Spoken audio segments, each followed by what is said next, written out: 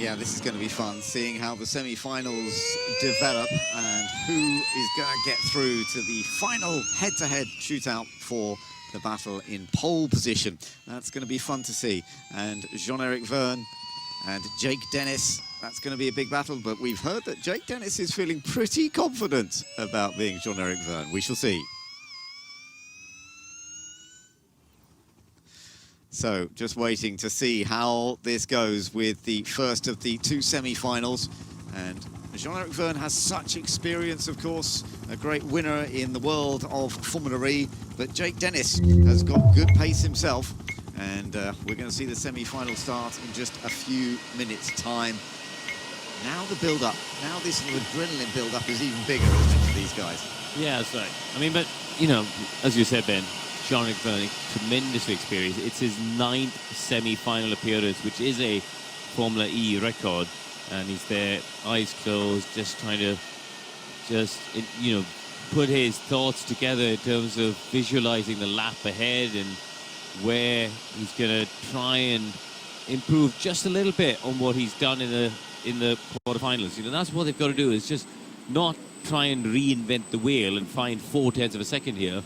They just, you know, make sure you just chip away as the track improves, and not make any mistakes, crucially. There's Jake Dennis then, just getting ready to go.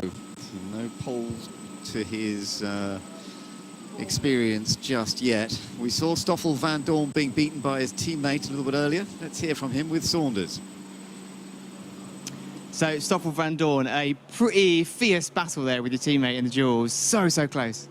Yeah, it was very close between us. I think we've been quite competitive all week so far. So yeah, we had to fight it out together with Jeff in the duels. It was very tight, a few hundreds between us. But yeah, I don't know exactly where we're going to end up. But I feel like if we're you know, close to the top 5, we should have a good race from there. So we've seen on plenty of occasions people win from 6th, 7th, 8th. Dealing with the same case here, or maybe different? I think it's going to be a little bit different around here. The level of energy saving is maybe not as much as it has been in the last 3 races, let's say. And I think overtaking in general will be a little bit tougher. But I think the guy that is leading is still going to suffer a little bit. So yeah, you know, it's Formula E. There's always action. I can see how physically demanding it is. I can see the sweat on your forehead. You've still got the cool vest on. I mean, how are the conditions? Yeah, it's very humid out there. You know, this track is actually very small for Formula E, and you're always busy behind the wheel. So, you know, we're kind of always busy. And, yeah, I think the race is going to be quite tough for everyone. Thanks, Stoff. Thanks. Yes, it's good to hear that he's got plenty to look forward to, but we've got the battles coming up, the head-to-head contests that everybody is getting ready for right now. And Jean-Eric Vergne, in fact, if Jean-Eric Vergne can manage to win not just this semi-final, but then go into the final and take victory, then he could get to 16 pole positions in his career, which would then equal him again with Sebastian Buemi. These two are always kind of swapping the top steps, whether it's victories or pole positions or leading races, that sort of thing. Jean-Eric Vergne, of course, double champion, and lots of those positions he has at the top of the scale. But it's not going to be easy, because Jake Dennis is showing great pace here this weekend. And he has shown us that in qualifying, particularly, that McLaren has been a quick car on several occasions this year. He still hasn't had a pole position to his credit yet, though. Best grid position was that 2nd place in Mexico, which he went on to win. So at the start of the season, very effective for Jake Dennis. Let's see whether he can repeat that sort of performance here today. Yeah, he was utterly dominant in Mexico, which seems a very long time ago, back in January. And he, you know, follow that up with some strong results in Saudi Arabia, but a bit like Vergne, really. You know, the season started off extremely strongly, and then it's not quite been as strong. Although I think in Dennis's case, it's a bit more down to bad luck than it has been for Vergne. So we will see how this works out. We've got Vergne and Dennis, Wehrlein and Günther, and then going into the finals, we shall see how everybody works it out. Whoever is on pole out of this group will be the 8th different pole sitter in 10 races this year. This is the first semi-final then, coming up. It's Vergne versus Dennis, and the predictor vote says that Jake Dennis is going to beat Jean-Eric Vergne. Let's see if that's the case. Jake is confident. I think he's got real confidence in his car, but you've got to get it right on the day when you get out there. Well, he's 3-0 down, isn't he, as we saw in that graphic, to Jev in the dual head-to-head so far, so he'll be desperate to try and fix that. Jev looking cool, hands on top of the cockpit, just waiting to get going. So here we go.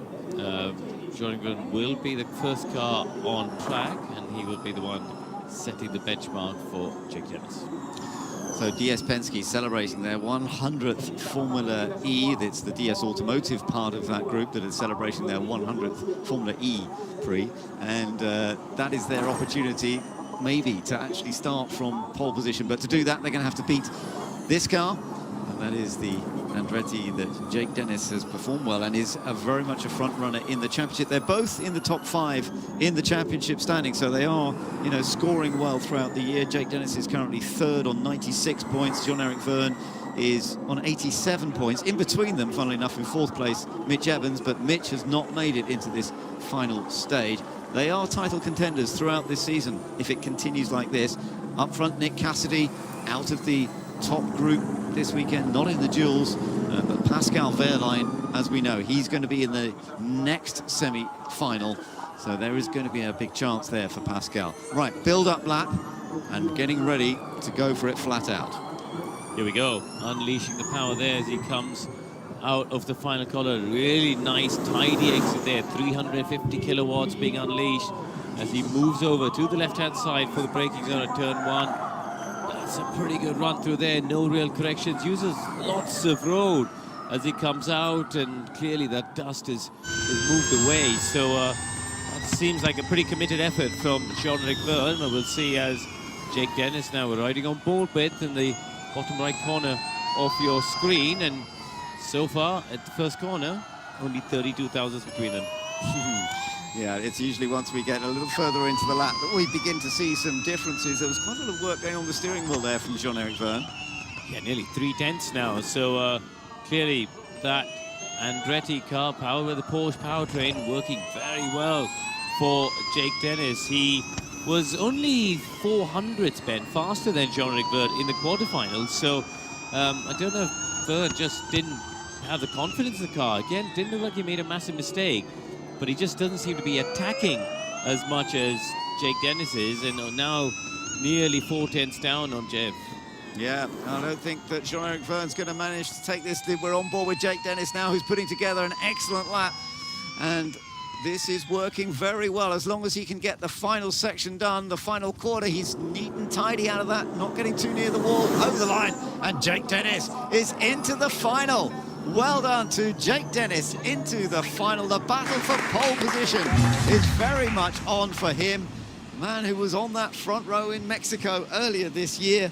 But this is a tremendous achievement once again for Jake Dennis. And it picks up his opportunities to fight for the championship. He had a tough time at one stage. Yes. Well done, mate. 3.5 tenths was again, mega job. Mega. So he's guaranteed to start on the front row, which is great to get his World Championship battle back on track. Jev was actually 2.5 tenths slower, Ben, in that semi-final than he was in the quarters. So, yeah, definitely a performance that he'd be a little bit disappointed with there. The next semi-final, Pascal Wehrlein up against Max Günther. Predictor vote saying that Max Günther's more likely. 63% of you are reckoning that he's going to take it. Let's have a look then to see if this works. The Porsche power certainly worked in the Andretti, didn't it? Let's see whether the Porsche power works in the Porsche itself here of Pascal Wehrlein. But we know that Max Günther with the Maserati, here we are on board with Max Günther with the Maserati. This has been rapid in every session so far. It's been fastest in every practice and every qualifying part that we've had up to now. Second semi-final, is he going to be able to do it again? Pascal Wehrlein, very knowledgeable, going well at this stage, not getting too sideways. Yeah, it's a great camera angle there for Maserati. You could see just the movement on the front suspension as we see Wehrlein coming through turn 13. He's a little bit down, about 1/10 of a second down on Günther's time so far, and that has extended to just over a 10 So Gunther putting together a very nice lap here once again as we see Wehrlein coming into the final corner. He's now over a quarter of a second down on Gunther's time. So up the line, we're going to get the benchmark here from Pascal Wehrlein. He does a 108.6, which is okay. A little bit slower, in fact, than what he did in the previous round. But this is a great chance for Max Günther. This really is. That's quite a big difference. And Max Günther, who has been fastest in every session so far, is over the line, and he's done it on 108.271. Max Günther is into the final. Are we going to see Max take his first ever pole position here today? I tell you what, the way he's putting it together right now, that's going to be a huge opportunity. He's now been quickest in FP1, FP2. Yes, mate. Withdraw by almost 4 tenths. Scenario 2 and acknowledge. And in group qualifying and in his duels so far as well. He's 100% record of being fastest in every session. Well done to Max Günther. And he's got one more battle to go, and that's going to be with Jake Dennis. I think this could be quite a close one.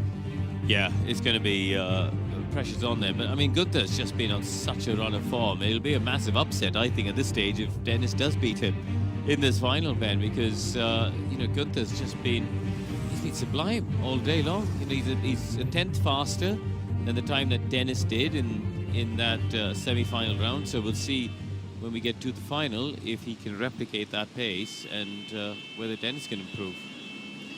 So the 25-year-old Max Günther, who has got a chance of taking his first pole position.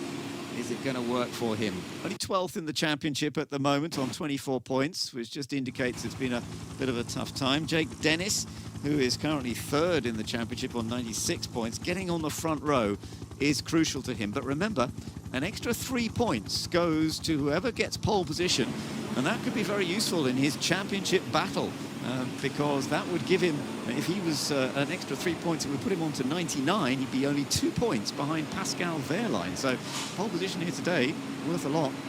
Yeah, exactly. You know, Gunther's not really in the championship fight, but Dennis is firmly in that. So you're absolutely right. An extra 3 points would be a massive, massive bonus for him. Well, let's wait and see what happens when the two cars do come out for the final part of qualifying and that battle for pole position. And it does, as ever, we've got a real mix of drivers that are going to be up at that top end of the grid. Different teams as well, although as I say that, you know, Maserati and PS Penske have qualified well. The question is, are they going to have the race pace? That is sometimes a very different story.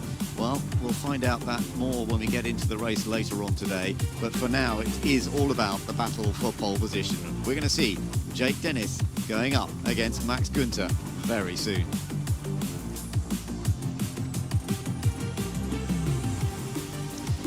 So there we are. The temperatures are rising. The adrenaline is rising as well. We've got under 6 minutes. Let's go back down to Radzig.